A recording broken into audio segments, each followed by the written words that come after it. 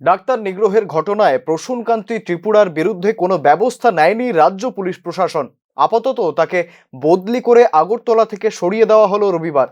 Police উর্দির জোর দেখিয়ে এক ডাক্তারকে প্রকাশ্যে মারধর করার জন্য এনসিসি থানায় তার বিরুদ্ধে এফআইআর রয়েছে।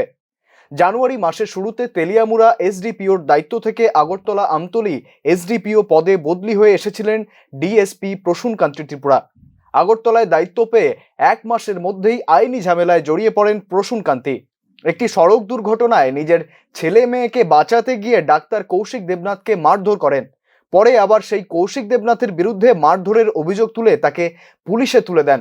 ঘটনার দুদিন বাদে সরব হন কৌশিক দেবনাথের প্রতিবেশীরা।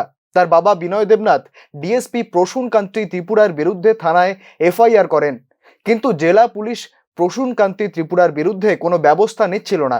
অভিযোগ করা হয় ত্রিপুরার মানবাধিকার কমিশন ও ত্রিপুরা অ্যাকাউন্টেবিলিটি কমিশনে। তাতে অভিযুক্ত প্রসূনকান্তি ত্রিপুরার বিরুদ্ধে ব্যবস্থা নিতে পুলিশ প্রশাসনের উপর চাপ বাড়তে থাকে। এদিকে রবিবার ছুটির দিন রাজ্য পুলিশের সদর কার্যালয় থেকে ডিএসপিদের এক বদলির তালিকা বের করা হয়। মাত্র 1 মাসের মাথায় প্রসূনকান্তি ত্রিপুরাকে আমতলী এসডিপিওর পদ থেকে বদলি করে টিআরএস এর 13 ব্যাটালিয়নে পাঠানো হয়েছে। সাধারণত কোনো পুলিশ আধিকারিকের বিরুদ্ধে এই ধরনের এফআইআর হলে তাকে বরখাস্ত করে গ্রেফতার করার কথা। অভিযোগ গুরুতর না হলেও অভিযুক্তকে তার পদ থেকে সরিয়ে দিয়ে পুলিশ সদর কার্যালয়ে বসিয়ে রাখার কথা ছিল।